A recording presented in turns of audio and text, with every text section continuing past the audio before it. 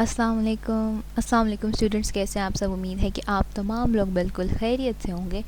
तो आज हम लोग स्टार्ट करने वाले हैं चैप्टर नंबर 6 क्लास 9 बायोलॉजी का, दैट इज़ एंजाइम्स। तो बिल्कुल पिछले लेक्चर्स की चैप्टर्स की तरह हम सबसे पहले चैप्टर वाइज नोट्स इसके करेंगे। जो इंपॉर्टेंट एडिशनल क्वेश्चंस हैं उसमें इस वाले में सिर्फ कोई ख़ास नहीं है, सिर्फ ये एक ही क्वेश्चन है, that is briefly explain the working of enzymes.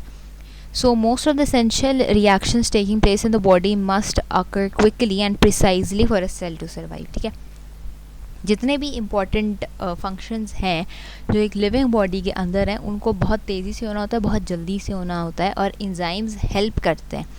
Enzymes work as a biological catalyst. So catalyst एक ऐसी चीज़ है जो स्पीड अप कर देती है किसी भी केमिकल रिएक्शन को, सिर्फ कैटलिस्ट. ठीक है, और बायोलॉजिकल कैटलिस्ट एक ऐसा कैटलिस्ट के जो लिविंग थिंग्स के अंदर है, एज अ लिविंग थिंग के अंदर काम करे, that is a biological catalyst. So enzymes work as a biological catalyst and control all the chemical reactions, और वो सारे केमिकल रिएक्शंस को कैटलाइज कर देता है, इंक्रीज उनकी स्पीड को कर देता है.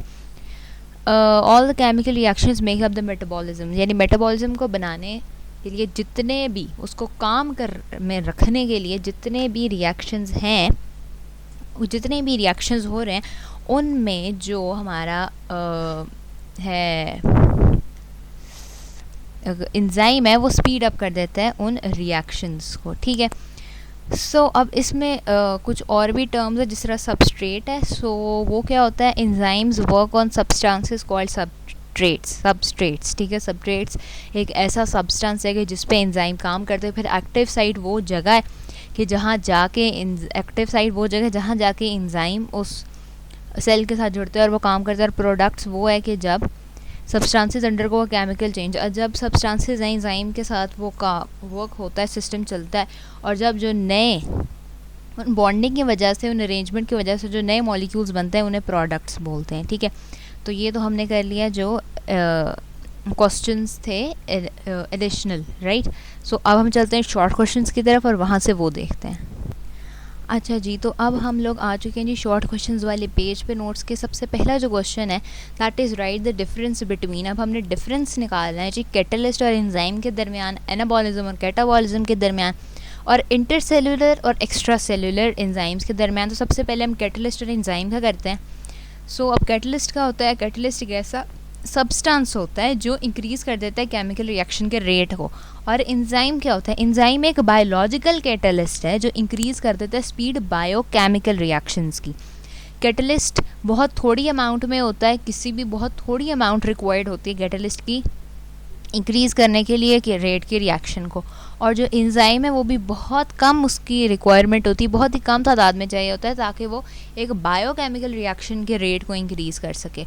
इसी तरह जो कैटलिस्ट है वो डिक्रीज़ कर देता है एक्टिवेशन एनर्जी. ठीक है, और जो एंजाइम्स हैं वो क्या करते हैं, वो इकट्ठे वर्क करते हैं एक स्पेसिफिक ऑर्डर में ताकि वो एक मेटाबॉलिक पाथवे बना दें. ठीक है, फिर catalyst react with the substrate to form a temporary intermediate at low energy rate. Enzymes can act only on one substrate and it will not act on a different substrate. इसका यह मतलब है कि जो एंजाइम्स हैं वो specifically work करते हैं. जो एंजाइम लिपिड्स को ब्रेक डाउन करने के लिए वो प्रोटीन्स को या कार्बोहाइड्रेट्स को या फैट्स को ब्रेक डाउन नहीं कर सकता. ठीक है, इसी तरह जो हमारा अगला टॉपिक है डिफरेंस के लिए, दैट इज़ एनाबॉलिज्म और कैटाबॉलिज्म. तो एनाबॉलिज्म क्या होता है, reaction which build complex molecules from simpler molecules are called anabolic reactions. और एनाबॉलिज्म यानी कि मुख्तलिफ छोटे छोटे जो मॉलिक्यूल्स हैं उनको इकट्ठा करके एक बड़ा कम्प्लेक्स मॉलिक्यूल बना लेना, एक मैक्रो मॉलिक्यूल बना लेना उनसे, दैट इज़ एनाबॉलिज्म. और कैटाबॉलिज्म क्या होती है, वो रिएक्शन के जिसमें जो बड़े मॉलिक्यूल्स हैं, मतलब कम्प्लेक्स मॉलिक्यूल्स हैं, उनको तोड़ा जाता है, वो ब्रेक डाउन होते हैं छोटे मॉलिक्यूल्स में, सिंपलर मॉलिक्यूल्स में, that is catabolism. Energy release होती है कैटाबॉलिज्म में और एनर्जी यूटिलाइज होती है एनाबॉलिज्म में. और नीचे एग्जांपल्स हैं. फिर इंट्रासेलुलर और एक्स्ट्रा सेलुलर एंजाइम्स हैं. इंट्रासेलुलर एंजाइम्स इंसान के अंदर काम कर रहे होते हैं, एक्स्ट्रा सेलुलर एंजाइम्स जो हैं सेल के अंदर, सॉरी इंसान के अंदर नहीं, जो इंट्रासेलुलर एंजाइम्स हैं वो सेल के अंदर काम कर रहे होते हैं, और एक्स्ट्रा सेलुलर जो एंजाइम्स हैं वो सेल के बाहर काम कर रहे होते हैं मेन बॉडी में. अच्छा, फिर है why enzymes are called as biological catalyst. So enzymes are proteins that catalyse a chemical reaction in our body. तो एंजाइम है वो एज अ प्रोटीन, एक प्रोटीन टाइप चीज़ है जो कैटलाइज करती है, जो इंक्रीज करती है रेट ऑफ हमारे रिएक्शन को बॉडी में। They function as a catalyst that speed up the reaction by lowering the activation energy, और इस तरह की चीज़ें। फिर what are the characteristics of enzymes. तो आप लोग अपनी बुक पर आ जाएं, मैं आपको बुक से ही दिखा रही हूँ। ये आप लोगों का बुक का पहला पेज है, ठीक है।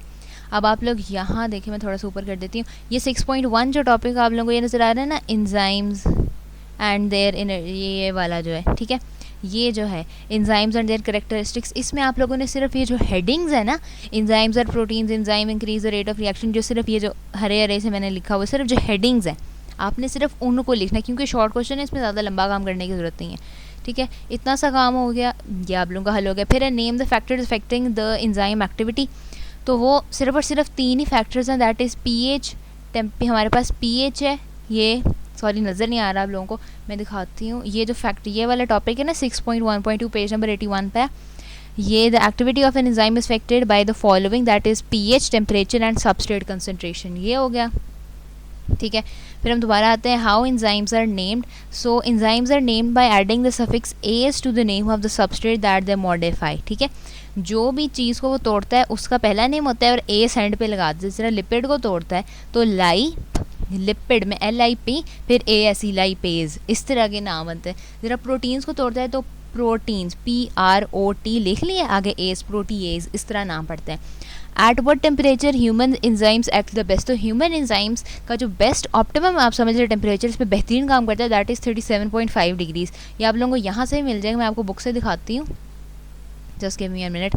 ये आप लोग देख लें, बिल्कुल इसी के नीचे पेज नंबर 180 पे ना, ये जो मैंने 6 वाला, ये जो 6 लिखा हुआ है, हाई गंदी तरह मैंने उसको वैसे शो किया, लेकिन फिर भी आप लोगों को ये नज़र आ रहा होगा, डिफरेंट एंजाइम्स हैव डिफरेंट, ये वाला जो है ना, ये इसका जवाब हो जाएगा 6 का।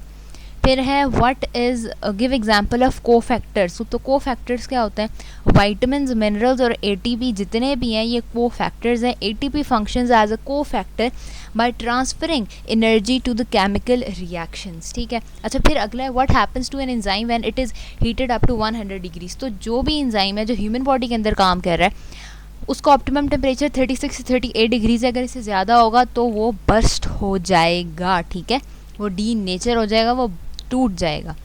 उसके बाद है विच protein digesting enzyme functions in acetic medium. तो ये आप लोग इसी पेज नंबर 181 पे आ जाएं, सॉरी 81 पे, ये जहाँ मैंने ये जो 9th लिखा हुआ है ना, बिल्कुल इसके सामने, इफ़ द पीएच इज, ये है for example regard the enzyme pepsin in stomach has an optimum pH of about 2। तो आपने बस 2 तक ही लिखना है, इससे आगे नहीं लिखना, उसका और जवाब बनता नहीं है, ठीक है। फिर है why is less energy needed for a reaction to occur when an enzyme is present। so enzymes are biological catalyst lower the activation energy for reactions, the lower the activation energy for the reaction the faster the rate, ये हो गया। why enzymes are required in small amounts। तो आप लोग अपने पहले यही जो करेक्टरिस्टिक्स है इस पे आ जाएं, पेज नंबर 80 पे लिखा हुआ है enzymes are required in small quantity, ये वाली हेडिंग आपने इसमें लिख लेनी है।